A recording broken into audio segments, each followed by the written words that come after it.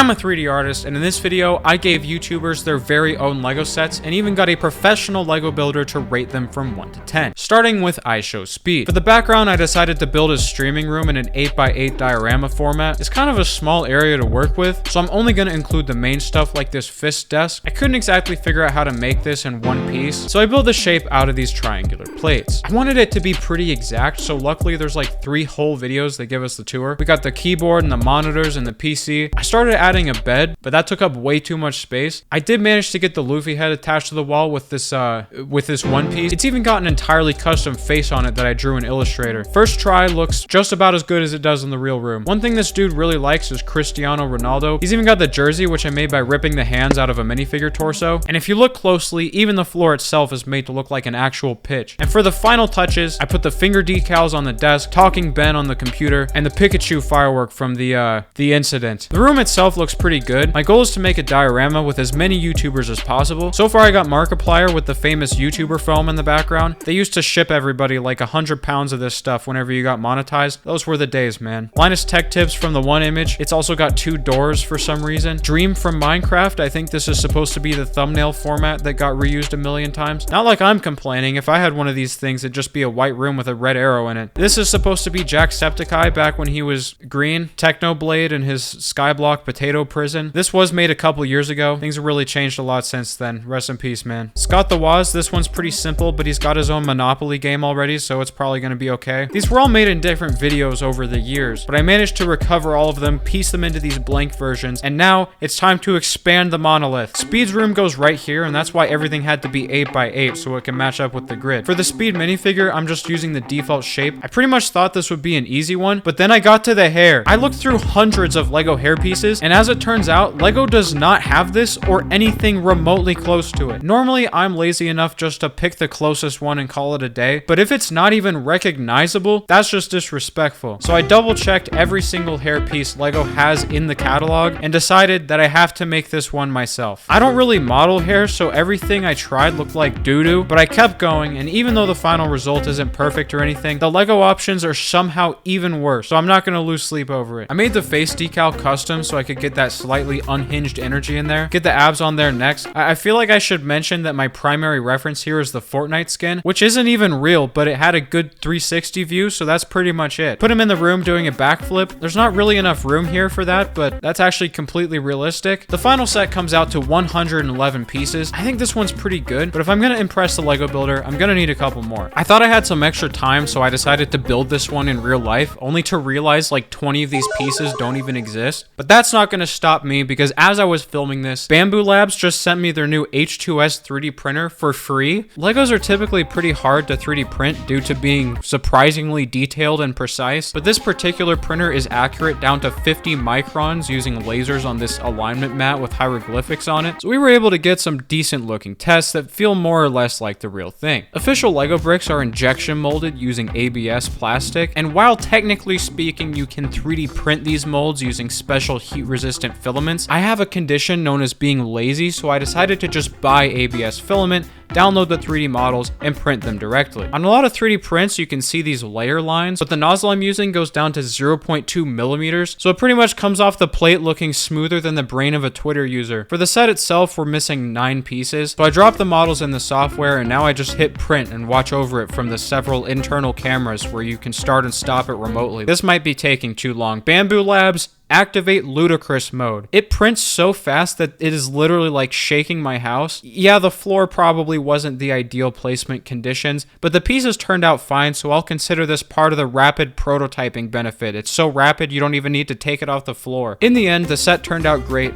and I feel bad because all I could show is the tip of the iceberg. This bad boy can print in multiple colors. It can regulate the internal temperature to get the ideal adhesion strength. Just straight up, you can use it as a laser cutter or a digital cutter or drawing things. And while I recognize that not everyone is as skilled of a 3D artist as I am, their website has over 1 million 3D models that you can print easily with no prior experience. So big thanks to Bamboo Labs for sponsoring. They just launched this exact H2S printer. It's pretty much their new flagship model with so many different upgrades, like this quick swap nozzle for easy maintenance. So if you're thinking of working on anything, or you've been looking for an all-in-one top-tier printer, congratulations, you just found it. Link in description. For my next YouTuber, I decided to go with Dani. He's a game developer that's been missing for the past 3 years. Some people speculate that he quit or got frustrated with his audience, but as a game developer myself, I can pretty much guarantee you he's been just 1 month away from posting this entire time. For the room itself, I replaced the entire wall with studded bricks that I can attach these tile pieces to. Unlike the rest of them, I'm making this based on his game Carlson as opposed to his office in real life. Oh, you don't know what Carlson is? It's just this little game he's working on that is probably costing him 1 IQ point of brain damage per week. The whole game is set in this prototype style environment reminiscent of a game engine or maybe a mental institution, which is probably the actual reference behind this game. It's not very detailed, but it's still pretty difficult to make without a bunch of gaps all over the place. Realistically, I probably should have stopped there, but I decided to add a little slope in the back so that it's not literally just an empty room. But it turns out Lego isn't exactly flexible when it comes to 45-degree angles, so I spend the next hour just trying to figure out how to make it flush with the rest of the room. The final result isn't really my best work, but I actually have one last technique to solve this, where you just put something in front of it so you can't see it anymore. It wouldn't be a long enough video without a bunch of niche references I have to explain all over the place, so I started by adding Unity's particle system, a great system for making particles, and I couldn't find the image anywhere, so I remade it based on this lovely texture made out of dozens of pixels, put it on a transparent tile, and stuck it on the ground. Brilliant. Next, I made the famous milk container out of a couple of blue pieces. The decal for this is pretty simple. Really thankful this guy doesn't mess around with photorealism right now. This here is supposed to be Billy from Carlson. I even gave it that custom decal with the signature empty smile devoid of a heart and soul. Next, I added the tile outline to match the prototype texture in the game. For the minifigure, I don't think I could have picked an easier subject for this one. I mean, it's literally just the default minifigure shape, but blue. Next, I just drew the face real quick in Illustrator, slap it on, and what can I say? He looks the exact same in real life. Check out the sheen on those glasses. It's that attention to detail that really sets this thing apart. I forgot the mouth. Okay, now let's just set him on the floor drinking milk. I know technically this would be more realistic if he wasn't actually in the set given his upload history, but as a fellow terrible upload schedule haver, I think I'll give him a break this time. The final set comes out to 116 pieces, a little higher than the speed set, which honestly doesn't make any sense to me, but it is what it is. I develop games, so I think I can appreciate the references on this one a lot more, but objectively, the speed set probably wins out for more detail. Before the Lego expert takes a look at these, I wanted to get in one more diorama, so for my next victim, I'm going with Michael Reeves. If you don't know who that is, basically just imagine Mark Rober if he was a psychopath. That might sound like an insult, but it's actually one of the most entertaining builds you can go for as a YouTuber. Usually he's in the garage, so I made the floor smooth like it's made of concrete. Next, I made one of these fold-out tables that I saw in a few of the videos. There's also this nice shelving unit in the back. If you know anything about me, you know I love a good Husky 5-shelf metal heavy-duty adjustable garage storage shelving unit. I can build these in my sleep with a blindfold on. This here is supposed to be a swivel chair, get a laptop on that desk, tool chest in the back with the sliding drawers, and finally for realism, I made sure that the background is literally on fire, but like in a super safe, OSHA approved way. It's a decent start for a build, and it fits in pretty well with the others. For the details on this one, I wanted to start with the goldfish Frederick, who is actually a stock market prodigy that outtraded the entire collective knowledge of the Wall Street Bets subreddit. The fish tank build is just a clear brick with a tile on top. For the decal, I drew what is probably the world's worst goldfish, but it's such a small detail, so hopefully no one looks that closely. Next, I made the Boston Dynamics dog robot with a cup next to it. There's a reason for this, which I will not be speaking about today, for reasons not unrelated to advertisements. Next, I made the Roomba. This one's pretty simple, just a round tile with a custom decal on top. I even added the pegboard detail above the tool chest. These are super convenient in real life. Love that for him. There's a lot more that I could add, like the laser baby or the electric chair or the boxing robot, but we're running out of space, so I decided to move on to the minifigure. Michael Reeves is about 7 feet tall in real life, so I gave him the medium legs to nerf his extreme aura so it doesn't overpower the rest of the diorama. Hair for this one is super easy. Lego has about 30 different pieces that would probably work fine. Face is a custom decal as always. We got the glasses. We got the slight hints of a deeply rooted hunger for chaos that regular Lego faces just can't really communicate effectively. Next, I just put the Michael Reeves logo on the shirt, and we're pretty much good to go. To set up the diorama, I put the minifigure standing up on the chair as if the floor is covered in some kind of acid or otherwise dangerous substance. The dog is just laying here on the table like it's currently being worked on, and everything else just kind of goes on the floor or the shelf somewhere, and I think I'm pretty much ready to call it done. The final set comes out to 106 pieces,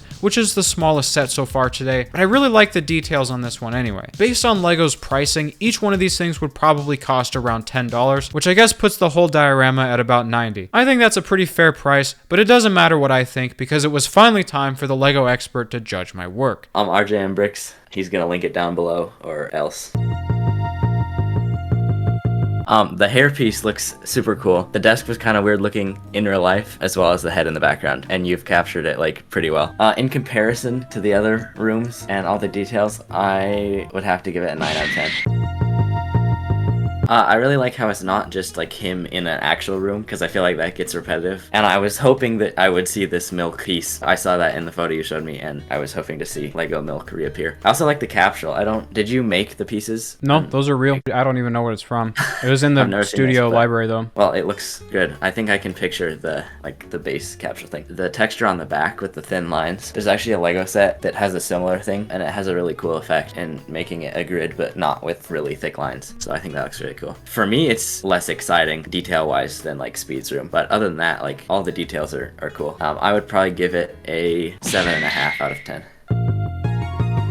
I love the pegboard, first off. It just like sells the effect of that being like his workbench. And also the fact that the robot dog is like on its side and looks kind of janky and out of commission, which it probably is in real life. And yeah, all the details, especially like I saw the fish tank and I instantly knew where that was from. Excellent job. I like his expression. It just like, it looks like him. Very Michael Reevesy. I would suggest filling shelf space. It's a really tight space to fit stuff, but it does look kind of empty, especially with white walls. But other than that, I don't have any critiques for it. I would say it's not quite as detailed as the Speed room, but it's also really cool and I like all the details, so I'm gonna give it 8.5 out of 10. With that, I successfully managed to impress the LEGO designer. Big thanks to Bamboo Labs again for their help on this one. To be honest, I'm not sure this industrial manufacturing contraption was intended to be used on fake Legos, since the build volume is pretty much big enough to one-shot entire Lego sets. Like this Plants vs. Zombies diorama I made. The real design is competing against 100 other Lego ideas right now to get made into a real set, and they usually pick like 2 to 4, so the chances are looking pretty bad, but at least I have this now. I think if I wanted to do better Lego prints in the future, I'd try using resin printing or injection molding, but there's so many other things that I use this for now. Check out all these desk organizers the editors made. Like how cool is it I can just say, I think I want a drawer on my desk. Download, slice, $3, perfect. Print. Then I just watch it do its thing. I don't even need to leave my room. I'm not the most experienced person in the world when it comes to these kinds of 3D printers, but I have worked extensively with resin printers, so I can confirm even though the detail on those things is unbelievable, they're anything but convenient. You have to fill the resin, it's toxic, it stinks, you gotta manage the temperature, the supports are more important because it's literally hanging upside down. You gotta wash the whole thing off in IPA. I had this bucket, this